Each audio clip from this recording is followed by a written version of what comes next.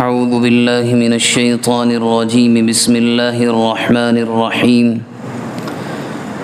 ونبئهم عن ضيف إبراهيم إذ دخلوا عليه فقالوا سلاما قال إنا منكم وجلون قالوا لا توجل إنا نبشرك بغلام عليم قال أبشرتموني على أن مسني الكبر فبم تبشرون قالوا بشرناك بالحق فلا تكن من القانطين قال ومن يقنط من رحمة ربه إلا الضالون قال فما خطبكم أيها المرسلون قالوا إنا أرسلنا إلى قوم مجرمين إلا آل لوط إنا لمنجوهم أجمعين۔ یہ قرآن مجید کا 14واں پارہ ہے اور سورہ حجر کی یہ چند آیات ہیں۔ ان آیتوں میں دو نبیوں کا ذکر ہے، ایک ہیں حضرت ابراہیم علیہ السلام اور دوسرے ہیں انہی کے رشتہ دار حضرت لوط علیہ السلام۔ دونوں واقعات کا تعلق آپس میں بڑا مضبوط ہے۔ پہلے واقعے میں اس بات کا تذکرہ قرآن مجید نے ایک مرتبہ پھر کیا ہے کہ ہمیں اسباب کی ضرورت نہیں ہوتی، اسباب کو ہماری ضرورت ہوتی ہے۔ ہم انسان کو جب چاہیں، جو چاہیں، جیسا چاہیں وہ دینے پر قادر ہیں۔ دوسرے واقعے میں تذکرہ اس بات کا ہے کہ کوئی قوم چاہے وہ اللہ کی ماننے والی ہو یا اللہ کی منکر ہو، اللہ کی ذات کا انکار کرتی ہو، اگر وہ سرکشی پر آتی ہے اور کوئی ایسا جرم کرتی ہے جو انسانیت کے لیے رسوائی کا سبب ہوتا ہے تو پھر اللہ کا ایسا عذاب آتا ہے جو انسانوں نے اس سے پہلے کبھی نہیں دیکھا ہوتا۔ فرمایا اللہ کے نبی علیہ السلام سے کہ ذرا ان لوگوں کو ابراہیم علیہ السلام کے مہمانوں کی خبر تو بتلاؤ، وہ واقعہ تو سناؤ۔ وہ کیا ہے کہ اچانک ایک دن ابراہیم علیہ السلام کے گھر میں کچھ مہمان آئے۔ جب وہ آئے تو ابراہیم علیہ السلام نے کہا، اجنبی کو دیکھ کر انسان کو جہاں بہت سے خیالات آتے ہیں، خیال ڈر کا بھی رہتا ہے، نہ جانے کون ہے، کیسا ہے، کس مقصد سے آیا ہے، کس علاقے سے آیا ہے۔ تو انہوں نے وہی کہا، قال انا منکم وجلون، بھئی ہم تو آپ سے ڈر رہے ہیں۔ ان کی بیوی اور وہ دونوں تھے، کون ہیں آپ؟ تو انہوں نے کہا لا توجل، ڈریے مت، انا نبشرک بغلام علیم، اللہ نے ہمیں بھیجا ہے، ہم فرشتے ہیں اور ایک بچے کی خوشخبری لے کر آئے ہیں، ہونہار بچے کی خوشخبری لے کر آئے ہیں۔ ابراہیم علیہ السلام نے کہا کیسی باتیں کرتے ہو، اس عمر میں خوشخبری دینے آئے ہو کہ مسنی الکبر، میں بوڑھا ہو چکا ہوں، فبم تبشرون، تو بڑھاپے میں بچے کی خوشخبری کے کیا معنی؟ بات سمجھ میں نہیں آتی۔ تو انہوں نے کہا قالوا بشرناک بالحق، ہم صحیح خبر آپ کو پہنچا رہے ہیں، مایوس مت ہوئیے۔ کیوں مایوس مت ہوئیے؟ من یقنط من رحمت ربہ الا الضالون، آپ تو اللہ کے نبی ہیں، اللہ کی ذات سے مایوس تو صرف وہ لوگ ہوتے ہیں جو راہ راست پر نہیں ہوتے۔ اللہ کی ذات سے کسی بھی حال میں انسان کو مایوس نہیں ہونا چاہیے۔ اگر وہ مایوس ہو رہا ہے اس کا مطلب یہ ہے کہ اللہ کی ذات پر اس کا بھروسہ مکمل نہیں ہے۔ جب یہ بات ہوئی، اب اس عمر میں جس بچے کی خوشخبری سنائی، اس موقع پر آ کر اس بچے سے مراد حضرت اسحاق علیہ السلام ہے، جو چھوٹے ہیں حضرت اسماعیل علیہ السلام سے۔ اور ایک عجیب چیز قرآن مجید میں یہ ہے کہ قرآن نے اسحاق علیہ السلام کے ساتھ لفظ استعمال کیا ہے علیم کا، عین سے، اور جہاں اسماعیل علیہ السلام کا تذکرہ آیا ہے وہاں لفظ استعمال کیا ہے حلیم کا، ہا سے۔ یہ دونوں لفظ اشارہ کرتے ہیں کہ دونوں نبیوں کے اندر جو خصوصیات تھیں وہ الگ الگ تھیں، کیونکہ قرآن مجید جو الفاظ استعمال کسی بھی بات کو سنانے کے لیے کرتا ہے وہ نعوذ باللہ کوئی لفظ بھی بے مطلب نہیں ہوتا، ہر لفظ کے اندر کوئی نہ کوئی معنی ہوتے ہیں۔ اب یہ فرشتے آ گئے، یہاں بات پوری ہو گئی۔ اب ابراہیم علیہ السلام نے پوچھا، کیونکہ نبی سمجھ جاتا ہے کوئی نہ کوئی تو بات ہے، خالی میرے پاس تو یہ نہیں آئے۔ قال فما خطبکم ایھا المرسلون، اے فرشتوں کہاں کا قصد ہے، کہاں جا رہے ہو؟ تو کہنے لگے انا ارسلنا الی قوم مجرمین، ہمیں اللہ نے بھیجا ہے ایک مجرم قوم کی جانب۔ وہ مجرم قوم کون تھی؟ حضرت لوط علیہ السلام کے جو امت تھی، جن کی جانب انہیں نبی بنا کر بھیجا گیا، وہ لوگ تھے، ایمان نہیں لائے۔ اور یوں کہا الا آل لوط، ہم لے کر آئے ہیں عذاب اللہ کی جانب سے، لیکن اس عذاب سے لوط علیہ السلام کا خاندان، ان کی فیملی محفوظ رہے گی۔ انا لمنجوہم اجمعین، ہم ان تمام کو بچا لیں گے، الا امرأتہ، مگر ان کی بیوی، وہ ایمان نہیں لائی تھی۔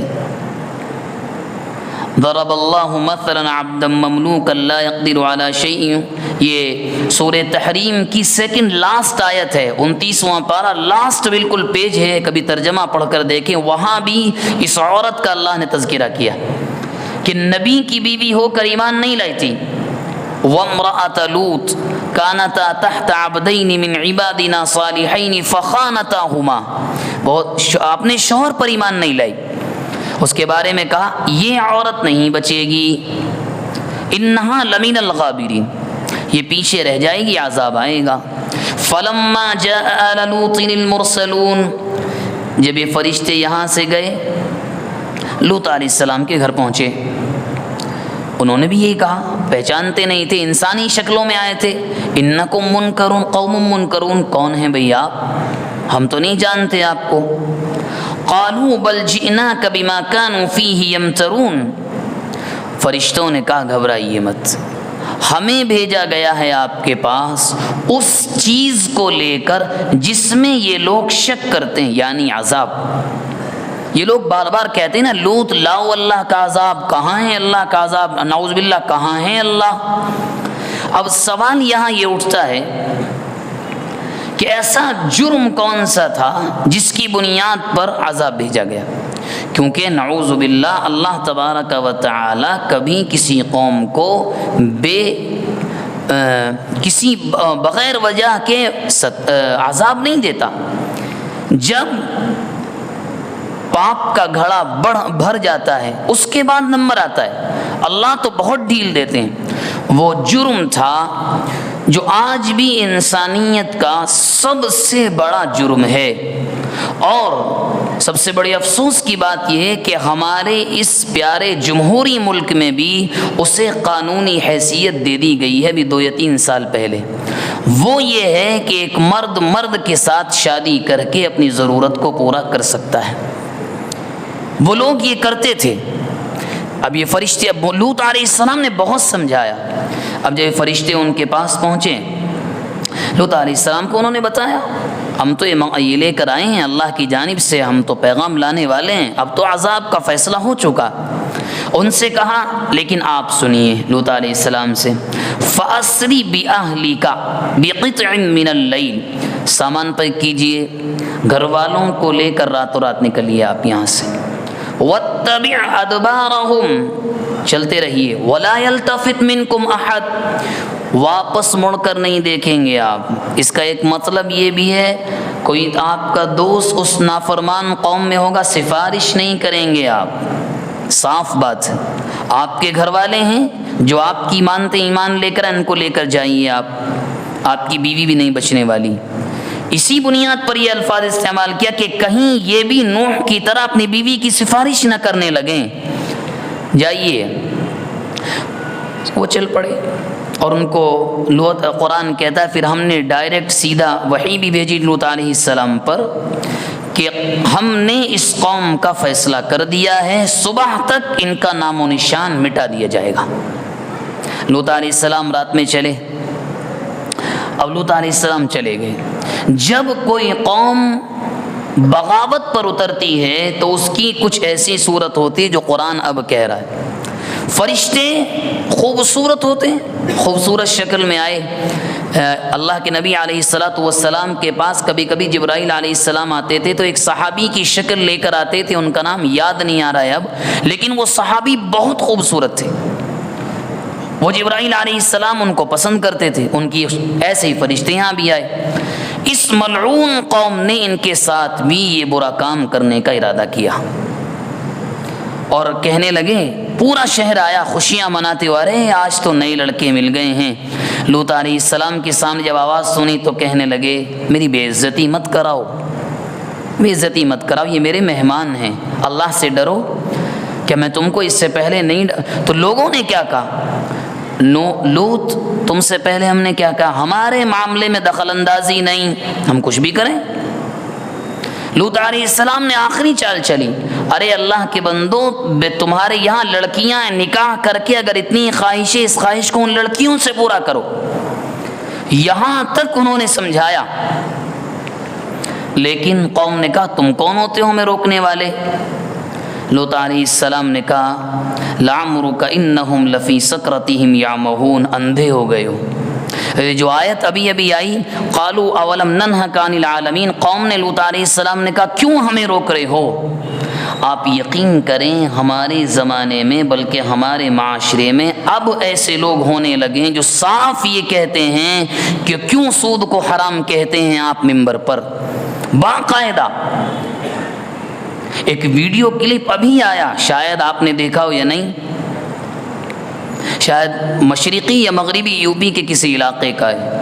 وہ ایسا خطرناک ہے کہ جس کے دل میں ذرہ برابر ایمان ہے دل کانپ اٹھتا ہے۔ ایک اللہ کا بندہ یہ بتلا رہا ہے اس کلپ میں کہ شراب حرام ہے، اور ویڈیو بن رہی ہے، ایک آدمی سامنے سے کھڑے ہو کر کہتا ہے تم کیوں حرام کہتے ہو، ہم پئیں یا نہ پئیں؟ یعنی آپ قوم کی بغاوت کا لیول چیک کریں۔ وہ کہہ رہا ہے صاف، آپ کون ہوتے ہیں یہ کہنے والے کہ شراب حرام ہے، جو چاہے گا پیے گا، جو چاہے گا نہیں پیے گا۔ یعنی اب درجہ یہاں تک آ چکا ہے کہ قوم یہ چاہتی نہیں کہ حرام کو حرام کہا جائے، یہ بالکل صاف ہے۔ یہاں بھی، ہمارے یہاں بھی باقاعدہ لوگ کہتے ہیں سود کو کیوں حرام کہہ رہے ہیں آپ، یہ بھی تو محنت کی کمائی ہے، کیوں حرام کہہ رہے ہیں؟ نعوذ باللہ، اس کا مطلب یہ آپ یہ کہنا چاہتے ہیں، وہ کہنے والا غلط نہیں ہے، قرآن جھوٹا ہے جس نے یہ کہا کہ احل اللہ البیع وحرم الربا۔ یہ ہمارا معاشرہ کیا یہاں تک نہیں پہنچ رہا ہے جو لوط علیہ السلام کی قوم نے کیا تھا؟ خیر، وہ نہیں مانے، لوط علیہ السلام نکل کر چلے گئے۔ صبح صادق کے وقت فَأَخَذَتْهُمُ الصَّيْحَةُ مُشْرِقِينَ، ایسی چیخ اور چنگھاڑ آئی کہ کان کے پردے پھٹ گئے۔ اور صرف اسی پر بس نہیں، جب اللہ کو غصہ آتا ہے تو پھر لوگ نام تو لے سکتے ہیں لیکن جسم کا ٹکڑا بھی نہیں ملتا۔ ہوا کیا؟ فَجَعَلْنَا عَالِيَهَا سَافِلَهَا وَأَمْطَرْنَا عَلَيْهَا حِجَارَةً مِّن سِجِّيلٍ۔ بعض روایات کے مطابق جبرائیل علیہ السلام اپنے پر کے کنارے سے لوط علیہ السلام کی اس بستی کو، زمین کے ٹکڑے کو ایسے ہی اٹھا کر لے کر گئے اور آسمان سے الٹا کر کے نیچے پٹک دیا گیا۔ اور پھر قرآن نے کہا یہیں نہیں رکے ہم، چیخ آئی، ہم آسمان پر لے کر گئے، ہم نے پٹخا اور اس کے بعد ہم نے اس کے اوپر سے پتھروں کی بارش کی۔ کیوں؟ ان فی ذلک لآیات للمتوسمین، تاکہ آئندہ جو لوگ آئیں اور ان واقعات کی تحقیق کریں وہ دنیا کو بتائیں کہ ہمارے خلاف بغاوت کا انجام کیا ہوتا ہے۔ اللہ تبارک و تعالی ایسے کاموں سے اور اللہ کی بغاوت سے ہم سب کی حفاظت فرمائے، ان باتوں کو سمجھنے کی توفیق مرحمت فرمائے اور ان باتوں پر عمل کی توفیق مرحمت فرمائے۔